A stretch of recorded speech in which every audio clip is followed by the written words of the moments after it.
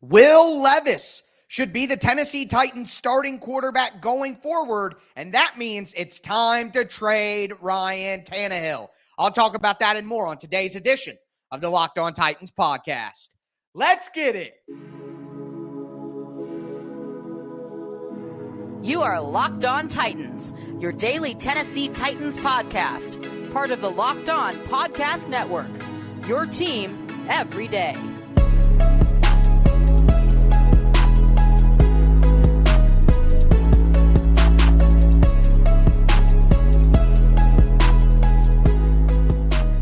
Welcome to a Victory Monday edition of the Locked On Titans podcast. I am your host, Tyler Rowland. Titans fans, we're going to talk about how Will Levis being the quarterback of the now for the Titans should give the Titans a chance to trade Ryan Tannehill. We're going to go over some teams that could be interested. Also, we're still talking about that big win by the Tennessee Titans. We're going to do some tighten up and some tighten down for the players who played well, players who maybe didn't play as well. But before we get into today's Victory Monday, I do want to thank you guys for making the Locked On Titans podcast your first to listen each and every day. Remember, Monday through Friday, Tennessee Titans content all year round, always for free. Make sure you get subscribed, stay subscribed. It's your team every day here on the Locked On Titans podcast. Shout out to my everydayers out there tuning in Monday through Friday. Got a lot of great content coming up for you guys this week. Tomorrow, we're diving into the tape as to what happened with Will Levis in his debut on Tic Tac Tuesday. Then it'll be What's Next Wednesday, where we look forward to the rest of the schedule, what the Titans can do, what Will Levis being the starter means for the Titans going forward. And then, of course, crossover Thursday and game plan Friday to get you ready for, well, I guess the schedule will be different. It's Thursday night football against the Steelers, so make sure that you guys stay tuned in because another Titans game is coming right around the corner. Man, the season is going so fast. But with that being said, Tuesday is the trade deadline. It's the NFL's trade deadline. And with the revelation that Will Levis is not only a capable starter, but he is a better player than Ryan Tannehill. Right now, Will Levis is a better player than Ryan Tannehill. That's what we saw. Tannehill does not win that game. I'm sorry. I don't believe it. In that game, Will Levis threw 3 of the top 10 longest air yard passes in the NFL. So the actual distance that the ball is traveling in the air, Levis on his 3 touchdown passes, or not all of the 3 touchdown passes, but 3 of his passes were the longest in the top 10 and longest passes thrown all year at air yards. I mean, the cannon, the quick reflexes, the quick release, the ability to command the offense. Will Levis absolutely has to be the starter going forward. He's the quarterback of the future. He's the quarterback of the now. And with that, Ryan Tannehill should be traded. Now, it's not like the Titans are necessarily going to decide that. The Titans have to have somebody who wants to take on Ryan Tannehill, wants to trade for Ryan Tannehill. Tannehill may have been walking after the game fine, but at the end of the day, Tannehill is still a 35-year-old quarterback coming off a high ankle sprain, which is an injury that ended his season and he had surgery on last year. So teams may be hesitant to take on Ryan Tannehill. But there are 3 teams out there that I think desperately need Ryan Tannehill, and I'm going to rank them. Number 1, the Minnesota Vikings. Kirk Cousins tore his Achilles. The Vikings won the game. The Vikings are, I believe, 4-4 right now and have a great opportunity to go to the playoffs. With a guy like Justin Jefferson getting closer to free agency, they need to try to win. They can't afford to tank. Even if he's hurt, they got to give him a good team to come back to. And the coaching staff and the general manager in Minnesota can't afford to lose.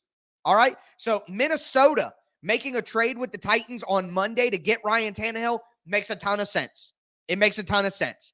The other team, the New York Jets. All right, the Jets barely won in overtime against the Giants, but Zach Wilson is not going to take them to the playoffs. They can continue to try to ham and egg this thing in New York, but they're not going to. Tannehill, Todd Downing is there. Keith Carter is there. There's familiarity. He's a veteran quarterback with an expiring contract. So if Rodgers wants to come back next year, there's no, anything weird there. Tannehill is a free agent. So the Jets make a ton of sense. And the team the Titans just played. Look, Taylor Heineke, I would probably just roll with Taylor Heineke rather than trading for Ryan Tannehill. I don't think there's a huge difference in them as players right now. So, but, I mean, there's the Arthur Smith connection. If Ritter's not getting it done now, Arthur Smith said after the game they didn't bench Ritter for performance reasons. They should have, but either way, that's another team that could make a little bit of sense. But at the end of the day, it's the top two teams, Minnesota and New York, and Minnesota being the number one. The Titans clearly have a good relationship with Minnesota as an organization based on the joint practices and the way that they operated. Rand Carthon is good friends with, Kwesi Adobo. I don't know how to pronounce the exact name off the top of my head right now. But Minnesota's general manager and Rand Carthon are good friends, or at least acquaintances. You know, they at least have a positive relationship. That deal should get done. And then the question becomes the specifics of the deal. What would the Titans get back? How that works? Look, Tannehill is a $27 million salary for this season. So the team acquiring him would have to acquire $15.5 million to get Tannehill. That ain't happening. The Titans would have to eat pretty much all of that salary. Okay? Fine. I don't care about the salary. All right? The Titans already planned on paying Tannehill. So if you just keep paying Tannehill, but you get a draft pick back for him, that's fine. You're not going to be able to find somebody to take Tannehill's $15 million. So the Titans are going to have to eat some of that money to do it, and that is fine. What could you get for Ryan Tannehill? To me, at best, a third. Mid, a fourth. Worst, a fifth. It could be a third. It could be a fourth. Hell, it could even be a fifth. Let me know down below if you get the reference there, but just had me laughing thinking of that in my head. Honestly, I don't care. Get anything back. With the lack of draft capital, with the lack of need of Tannehill, with Levis in here now, see ya, Tannehill. I appreciate everything you've done. Right now, Tannehill is the second best quarterback in Tennessee Titans history. Appreciate his contributions. But at the end of the day, Levis is a better player right now. There are teams that need quarterbacks. The Titans are in a position where they can eat the money, get the draft capital back. You sent away Kevin Byard. It's time to send away Ryan Tannehill if possible. It's Will Levis's time. He's not just the quarterback of the future. He's the quarterback of the now. Trade Tannehill. But with that being said, I don't trade Derrick Henry. I don't trade DeAndre Hopkins. The Titans are 3-4. There's no need to tank. If Will Levis is this, there's no need to tank.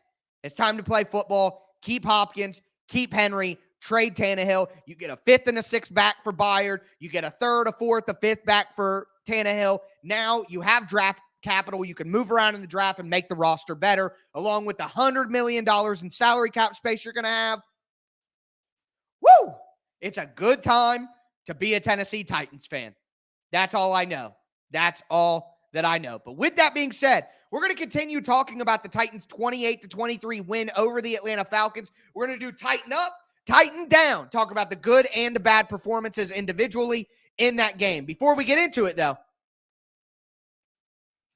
do want to let you guys know that today's episode is brought to you by eBay Motors. Our partners at eBay Motors have teamed up with Locked On Fantasy Football host Vinny Iyer to bring you some of the best fantasy picks each week, all season long. Whether you're prepping for a daily draft or scouting the waiver wire, every week we're going to provide you with players that are guaranteed to fit on your roster. Let's see who Vinny Iyer has picked out for us on this week's eBay's Guaranteed Fit Fantasy Picks of the Week.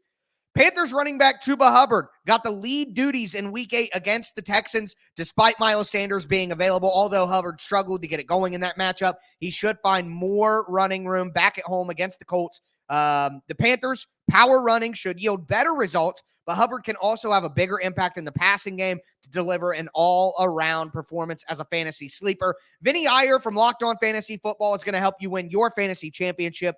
And eBay Motors knows a championship team is about each player being a perfect fit. It's the same with your vehicle. With over 122 million parts for your number one ride or die, you can make sure your ride stays running smoothly. Brake kits, LED headlights, roof racks, bumpers, whatever your baby needs, eBay Motors has it. And with eBay Guaranteed Fit, it's guaranteed to fit your ride the first time, every time, or your money back. Plus, at these prices, you're burning rubber, not cash. Keep your ride or die alive at ebaymotors.com. eBay Guaranteed Fit, only available for U.S. customers. Eligible items apply.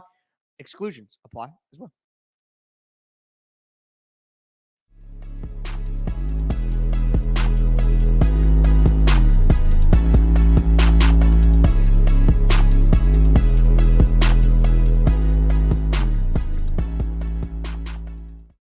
Titans fans, let's continue today's edition of the Locked On Titans podcast. We talked about how it's Will Levis's time right now, and that means it's also time to trade Ryan Tannehill for whatever you can get, even if it means you have to eat salary to do it. But now I want to dive back into the Tennessee Titans win over the Atlanta Falcons, 28-23. Time for a little tighten up, tighten down. Let me know your tighten ups, your tighten downs down below. Also, throw a thumbs up on the video. Show's always free. All I ask for in return is the press of a button. But with that being said, tighten up. We got to start with Will Levis, man. I mean, 19 for 28, 238 yards, 4 touchdowns. But again, like I talked about in my instant reaction, it wasn't just the numbers. It wasn't just throwing beautiful passes down the field, throwing with accuracy, throwing with touch as well, which is a criticism of Will Levis coming out. I think of that 3rd down and short where the Titans fake the handoff to Derrick Henry, but he keeps running out into the flat. HB sprint. If you play Madden, you would know what the play is.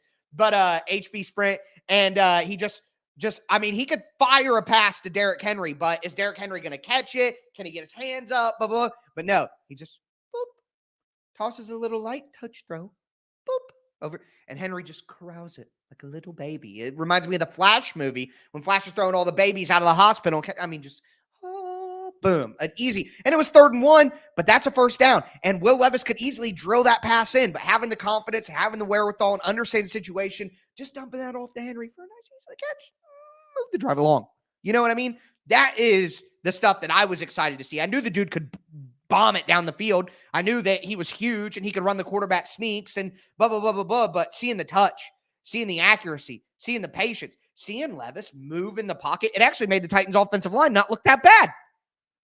It was crazy how his feet are so much quicker than Tannehill's, moving around in the pocket, going through his progressions, letting it go. I mean, it's a confident player with juice, with athletic juice. All right, so again, not just the obvious plays, the little plays in between. Seeing Will Levis at the line of scrimmage.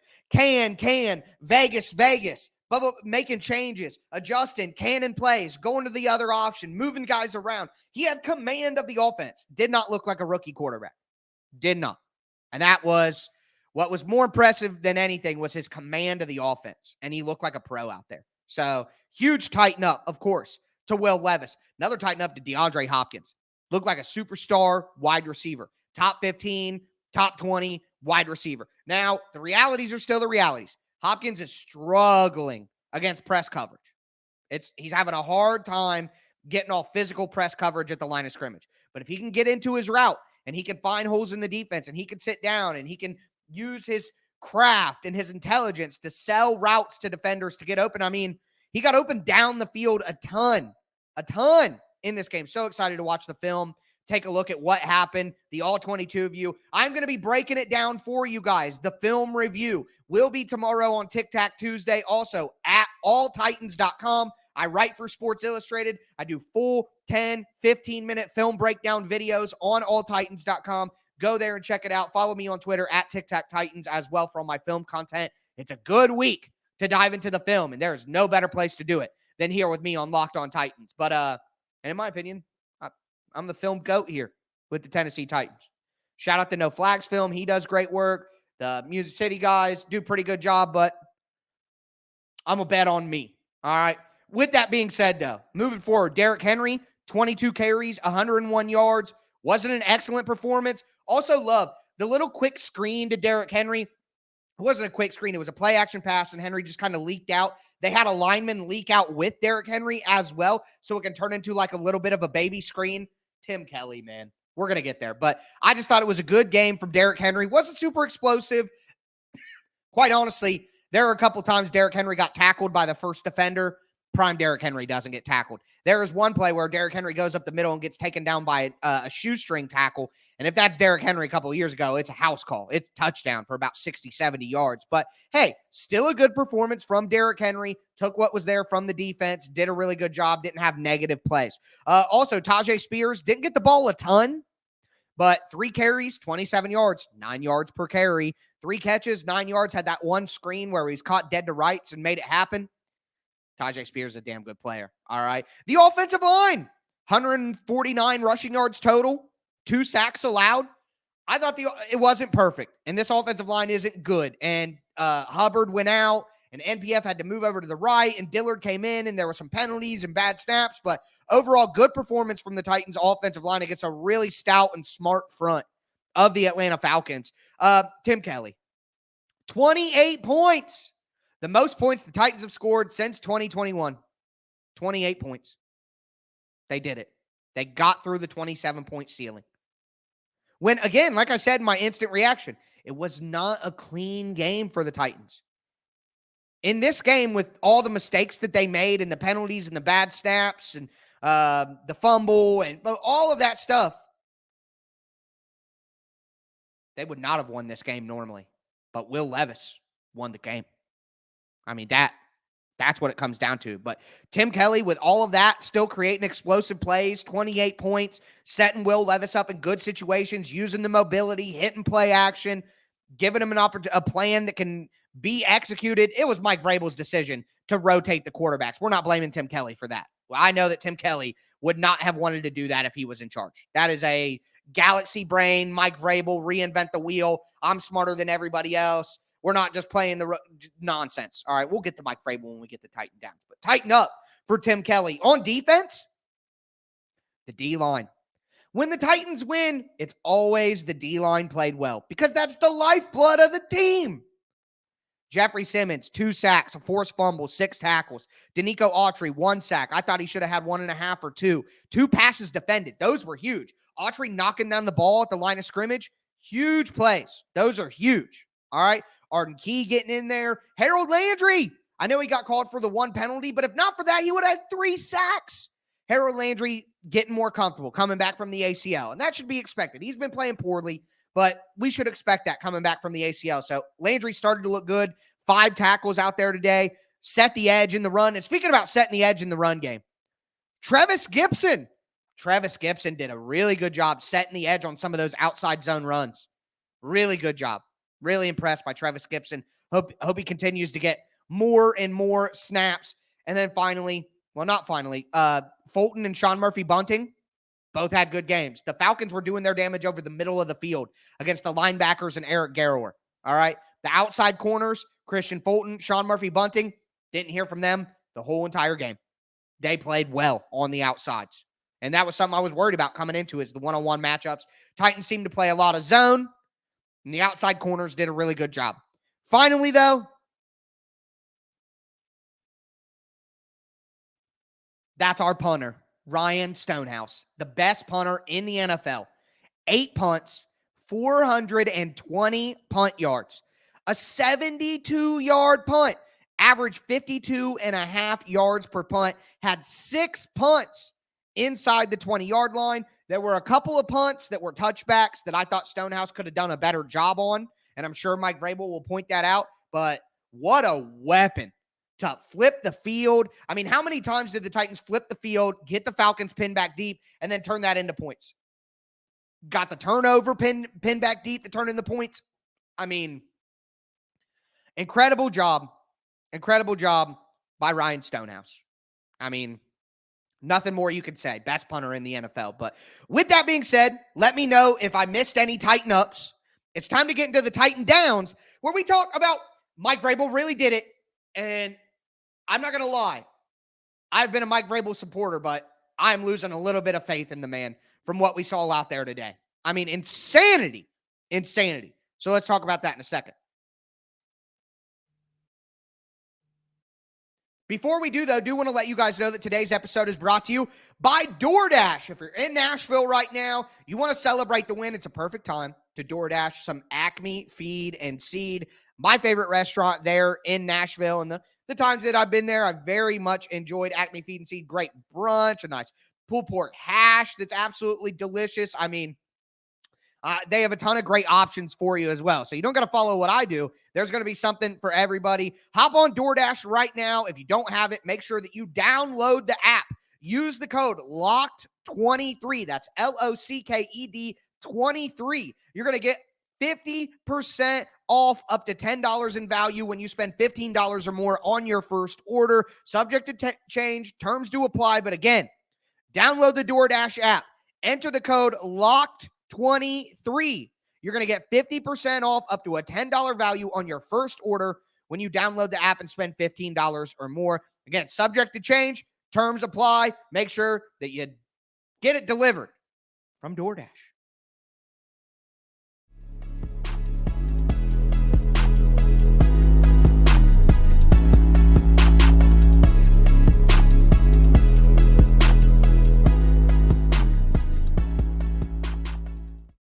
Titans fans, let's cap off this Victory Monday edition of the Locked On Titans podcast. We talked about Tannehill, Levis, trading Tannehill and why that makes sense.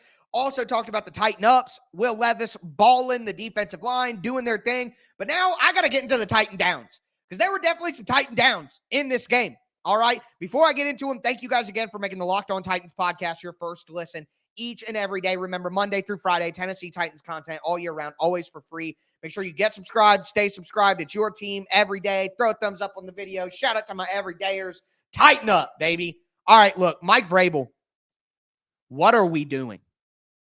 What are we doing?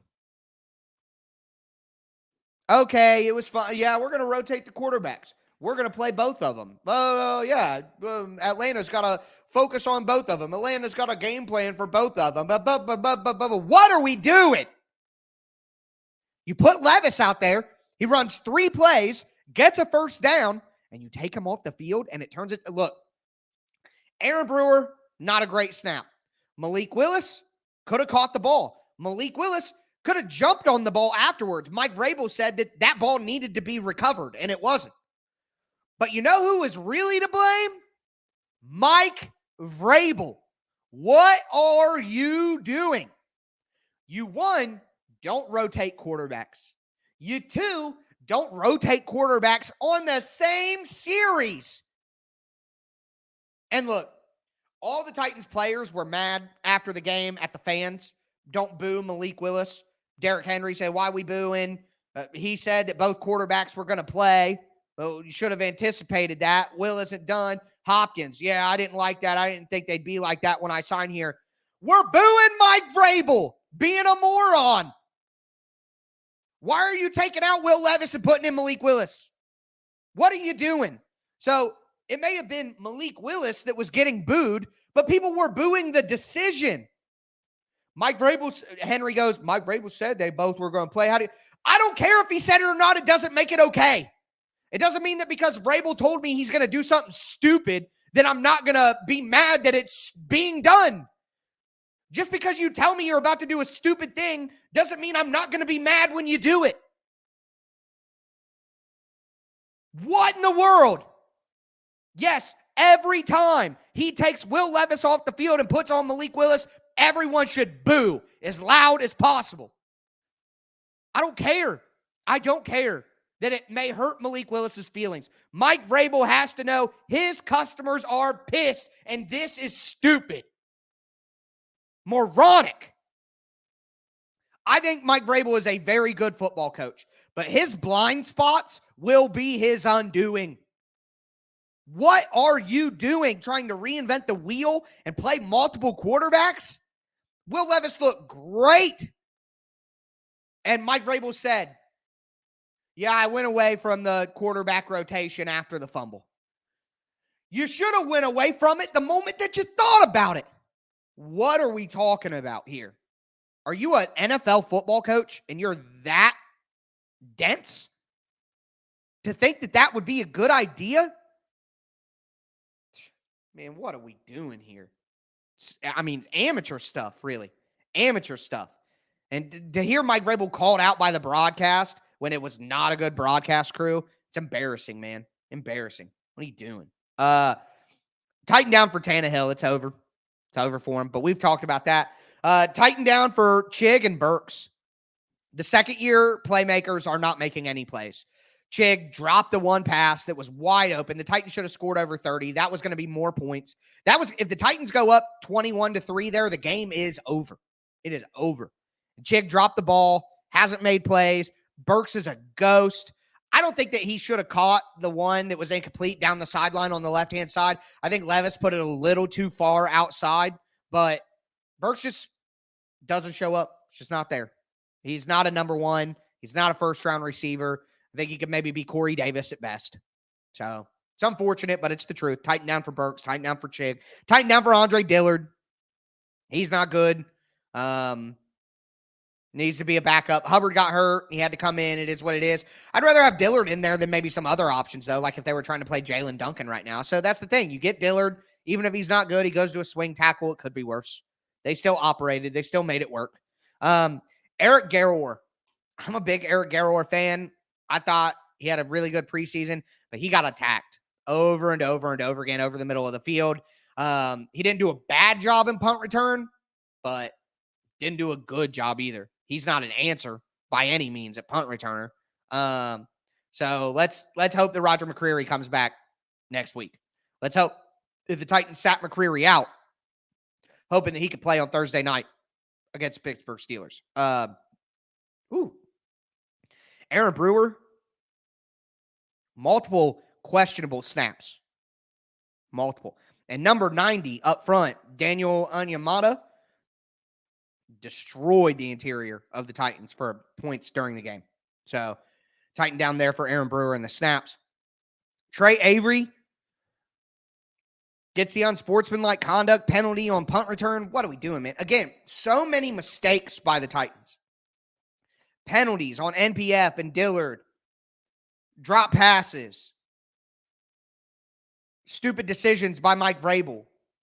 I mean, so much went wrong in this game for the Titans, but yet they still found a way to win and do it, scoring 28 points. Unbelievable. Unbelievable stuff. But let me know if I missed any Titan ups or Titan downs. Let me know down below in the comments.